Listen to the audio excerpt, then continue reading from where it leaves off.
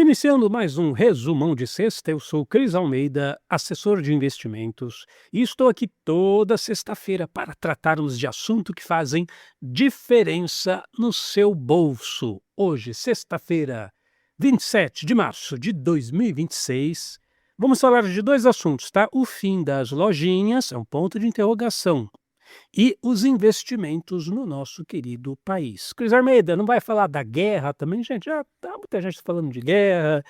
Eu já falei da guerra na semana passada, e da semana passada para hoje não mudou muita coisa, não, quase nada, né? E do imposto, Cris Almeida, do imposto de renda, pessoal, se você ainda não assistiu, eu gravei um vídeo só tratando sobre imposto de renda aqui no canal Capital e Renda. Dá uma olhadinha lá, que eu abordo, ia falar burdo, abordo esse assunto com propriedade, tá bom? Vamos começar tratando do fim das lojinhas. O que que é isso, pessoal? Quando eu falo a pergunta fim das lojinhas, pelo menos o fim das lojinhas digitais, tal como conhecemos hoje, tal como está no formato antigo. Porque veja, não bastasse, você deve ter ouvido falar dessa notícia, né? O Mercado Livre criou esse hub direto lá com a China para importar produtos direto do galpão da China para cá, e isso por si só, ó, presta atenção, só por isso já vai azedar o leite aí de muitos donos de lojas online. Você que abriu uma lojinha online para fazer dropship, essas coisas, lojas também no presencial, isso aí vai dar problema, mas isso é assunto para outro vídeo. Mas não é só por isso não. Agora, qualquer plataforma de venda online, presta atenção, Mercado Livre, Shopee, até o TikTok agora tem a loja do TikTok, enfim, qualquer loja online vai se tornar um agente de fiscalização e cobrança de impostos para o governo. Ou seja, virou o braço direito da Receita Federal. Eu pergunto para você sabia disso? Não, só aqui no resumão da sexta que você aprende essas coisas. Então essas lojas, essas plataformas, esses distribuidores terão até o final do ano para se adaptar, e eles serão assim, olha que bacana essa lei, eles serão como é que eu posso chamar assim? Responsáveis solidários pelo imposto do vendedor. O que que isso quer dizer na prática? Você está vendendo seus produtos lá no Mercado Livre, eu falo Mercado Livre, mas qualquer um, tá? Lá nessa loja virtual. Então, o Mercado Livre, ele vai ficar de olho para ver se você está ou não recolhendo o imposto direitinho. E como é que isso afeta? Por que que eu estou perguntando? Será que é o fim das lojas? Porque, veja, inevitavelmente vai ficar mais caro para vender, porque vamos combinar, né, pessoal? Vamos imaginar que você tenha uns livros na sua casa, igual eu tenho aqui. Eu vou vender livro no Mercado Livre. Aí você pega lá os livros, você tira lá a foto do livro, põe lá no Mercado Livre para vender, você vai cobrar imposto? Pessoal, a maioria não faz isso, mesmo quem importa lá dos containers da China, os produtinhos, eu vou pegar um enfeitinho, vou vender esse touro aqui da bolsa, né, para vender no Mercado Livre. Aí você importa não sei quantos, vai vender lá no Mercado Livre, você vai recolher imposto? Muito poucos, tá? Então veja, você já tem a questão do custo é assim, você vende lá um livro no Mercado Livre, paga por R$ 100, tá. O Mercado Livre, desses R$ 100, já vai embolsar para ele R$ 15. Aí ele pega a parte dele, o Mercado Livre, e agora ele vai estar obrigado a informar a Receita Federal: ó, o Cris Almeida lá, ele vendeu esse livro por R$ 100, tá bom? E vai ser responsável solidário de, além de você ter que pagar os R$ 15 para a plataforma, você ter que pagar um imposto. Então, veja, o imposto da venda pelo livro é seu, tudo bem. E vamos combinar, muita gente nem paga imposto, ou às vezes paga atrasado, muita gente usa esse valor que pagaria para o governo como uma espécie de fluxo de caixa, né? Eu vou pagar depois, eu vou atrasar, depois pago com juros para repor o estoque e tal. Mas a verdade, vamos combinar, pessoal, muita gente não paga esse imposto. Só que agora as plataformas vão ser responsáveis por isso, por essa cobrança, entendeu? Então, obviamente, uma vez que isso está estabelecido, essas grandes plataformas, Shopee, Mercado Livre, etcétera, vão se tornar mais seletivos.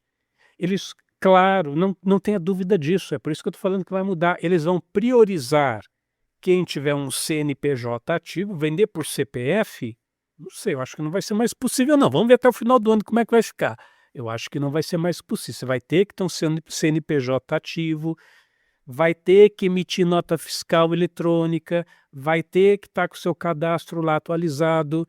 Aí o Mercado Livre, Shopee, tem outra, Temu também, eu não sei se é Temu, tem outras lojas aí, né? Vamos falar, ó, se você não tiver com tudo isso regulamentadozinho, pagando o imposto certinho, com a nota fiscal emitida, CNPJ válido, você não vai poder mais vender nas nossas plataformas, senão o governo brasileiro, a Receita Federal, vai puxar a nossa orelha. Então é assim, pessoal, vai ficar meio complicado, tá? Você pequeno empreendedor, que tem aí o seu negócio online, começa a prestar atenção. Eu falo que sempre trago notícias que mexem com o seu bolso. Se você é um empreendedor online, começa a prestar atenção, porque vai ter essa mudança e você sabe, né? Cobrança de imposto não tem conversa, vai ser isso mesmo. Sem falar no até uma palavra em inglês agora, né, não é o canary não, é o split payment. Split do inglês dividir, a Receita Federal inventou essa palavrinha bonita, né, split payment. Só quem faz contabilidade sabe o rolo que isso está dando. Eu estou estudando contabilidade, já está entrando nessas matérias aí. O rolo que isso está dando. Quando você comprar uma coisa, no ato do pagamento você fez um Pix, você pagou o cartão, o dinheiro na hora ali, ó, já é desmembrado, essa parte aqui é para o governo e não tem conversa e acabou, né? Antigamente, repito, as pessoas faziam isso. Aí eu tenho que pagar o imposto, mas deixa eu segurar aqui, eu preciso de um fluxo de caixa, agora já era. O sujeito pagou na sua loja, a parte do governo, já chega primeiro na conta do governo do que na sua conta, né? E o empreendedor que usava esse dinheiro como capital de giro para depois pagar o governo, esquece, isso não vai ter mais. Então, preste atenção, você que tem negócios online, hoje muita gente tem, né, gente? Muita gente está com as suas lojinhas online, e vai mudar tudo. Fique esperto, porque não vai ser fácil daqui para frente, você que é empreendedor virtual. E o segundo assunto, investimentos no país. Coisa boa então, Cris. Não, pessoal, veja, eu até fico chateado, porque eu estou muito acostumado lá no outro canal de motivação, de sucesso, onde a gente tenta botar as pessoas para cima, né? Eu estou me sentindo aqui o jornal funeral em pessoa, porque eu estou falando só a tragédia, mas o que acontece? É a realidade, a gente não pode fugir dela. Mas saiu hoje, tá? Dia 27 de março, saiu hoje o IDP. O que é IDP? É investimento direto no país. É um relatório, é um memorando emitido pelo próprio Banco Central do país, que fala sobre os percentuais, o aumento ou o decréscimo dos investimentos que foram feitos no país. E olha aqui, ficou muito abaixo da média. E isso é meio preocupante. Ai, Cris Almeida, mas um país tão pujante como o Brasil, assim, tal, como é que diminuir os investimentos no Brasil? Como é que é, né? Você assistiu o vídeo da semana passada e o da semana retrasada? Como é possível terem reduzido os investimentos no país? Pessoal, o Banco Central estava esperando acima da casa dos 7,5 bilhões e só deu 6,7 bilhões, inverteu. Era 7,6 o esperado, deu 6,7, só 1 bilhão a menos, aí 1 bilhão, 1 bilhãozinho a menos, o que faz? De dólares, hein? 1 bilhãozinho a menos de dólares. E com isso, claro, a gente vem acompanhando uma sequência que você há de convir que é um efeito dominó. Uma pecinha que derruba outra, que derruba outra, que derruba outra, que derruba outra.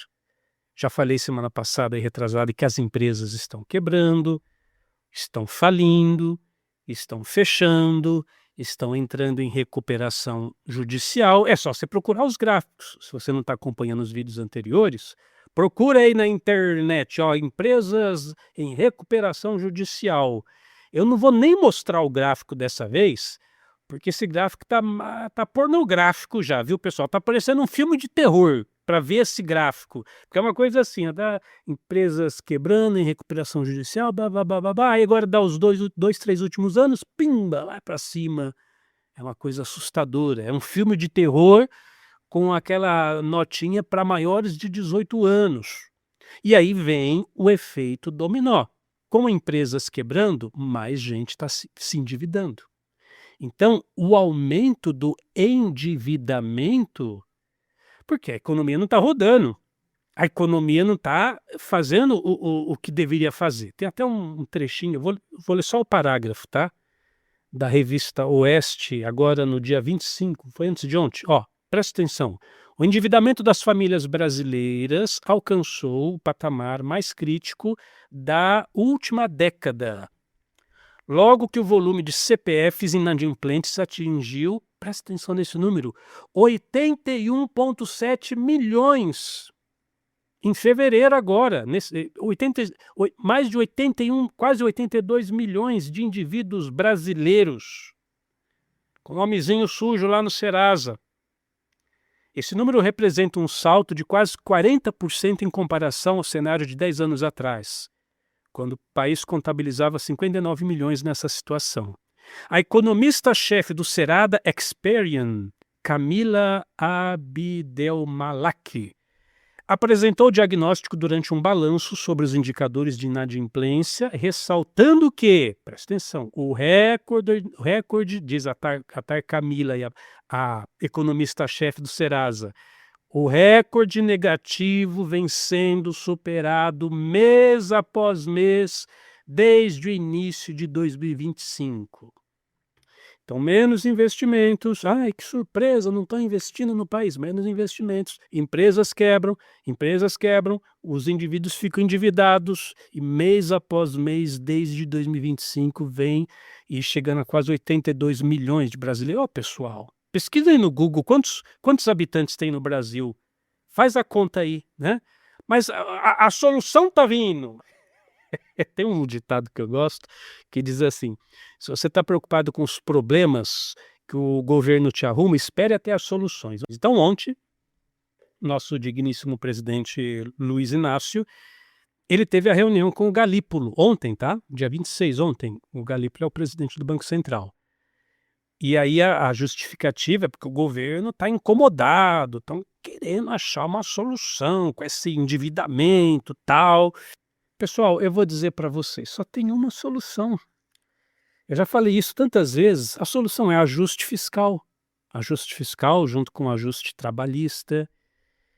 Eu pergunto, como é que as empresas, se o tema é as empresas não estão investindo mais no Brasil, e se não está tendo mais investimento de fora para abrir novas empresas aqui, como é que as empresas vão se animar a investir se é taxa, taxa, taxa, taxa, imposto, imposto, imposto, imposto, mais taxa, mais taxa, mais taxa? Então o Lula se reuniu lá com o Galípolo e trouxeram uma solução, né?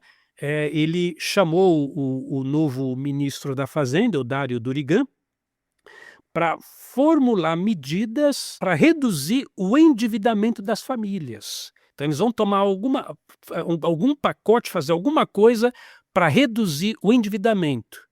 Ué, mas isso parece que já foi feito, né? Esses tempos atrás a gente estava ouvindo falando isso, de um pacote que tinha sido feito para reduzir o endividamento da população, tal, etc.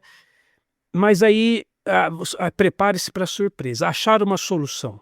Nessa reunião chegaram a uma solução. Tanto ele, o presidente, conversou com o presidente do Banco Central, conversou com o ministro da Fazenda. A ideia é o seguinte: agora eles vão estimular os consumidores a buscarem opções mais em conta.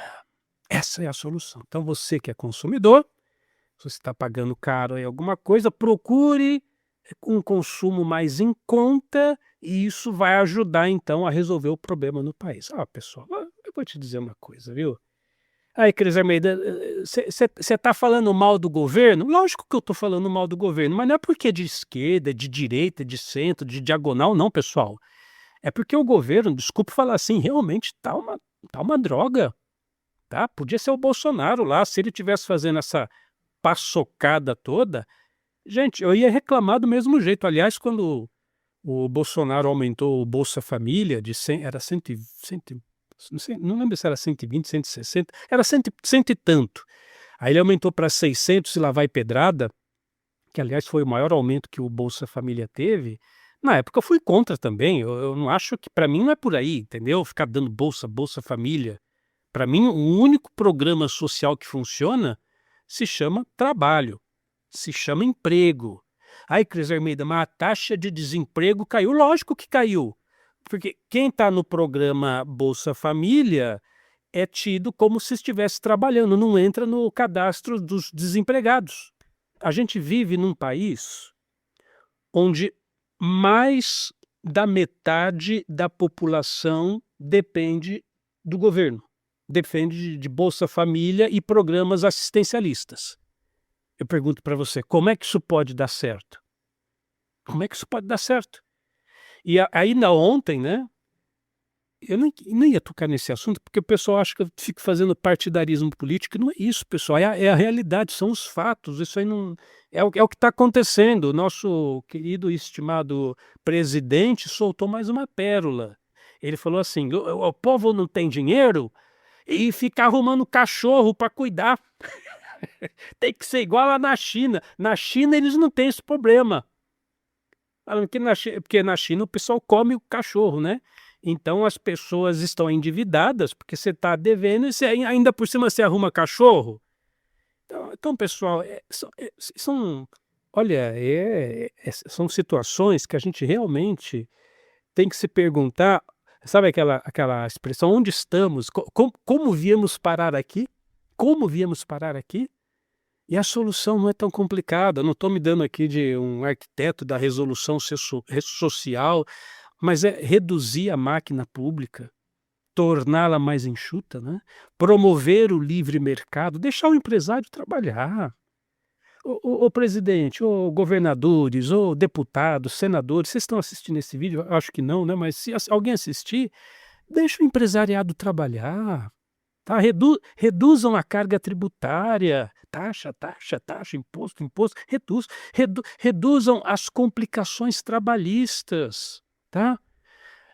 Aí as empresas daqui e principalmente as empresas lá fora e os investidores, eles vão olhar e vão falar: "Olha, o cenário está mudando, estão reduzindo a carga tributária, o governo está se enxugando, a máquina estatal tá se ajustando, olha, existe mais livre mercado". Aí, meu amigo, minha amiga, naturalmente, as empresas vão investir, essa taxa de investimento ela vai subir, porque a economia vai ficar mais saudável. A economia ficando mais saudável, as empresas param de quebrar, param de pedir recuperação judicial. Se as empresas param de quebrar e elas se tornam autossuficientes, é mais gente recebendo dinheiro, recebendo dinheiro de trabalho de verdade, não de benefício, recebendo dinheiro de trabalho. E aí o país muda, entendeu? Mas fica tranquilo, eu não vou ser candidato a nada, Deus o livre guarde. Jamais, nem para senador, deputado, presidente, prefeito, nem para síndico do prédio, jamais vou ser candidato a nada, mas a solução não é tão complicada assim. Falta realmente um pouco de boa vontade, de realmente os governantes do nosso país estarem, de fato, interessados em fazer algo prático, e não falar para a gente seguir o exemplo do chinês que não tem gasto com cachorro, a gente está endividado porque a gente gasta com cachorro. Ô pessoal, por favor, né? Então esse é o resumão dessa semana. Gostaria muito de estar trazendo melhores notícias, mas a gente tem que ter um olhar muito atento à realidade para nos precavermos, para tomarmos decisões com sabedoria. Se você tem alguma dúvida, manda uma mensagem para mim, 14 991 256 123. Esse é o meu WhatsApp pessoal, tá? Se você mandar mensagem, sou eu mesmo que respondo. E acesse o nosso novo site, capitalerenda.com. Lá você vai encontrar vários truquezinhos, várias informações, várias dicas e vários ferramentais para ajudar você a proteger o seu patrimônio. Eu sou Cris Almeida, sucesso e prosperidade para você.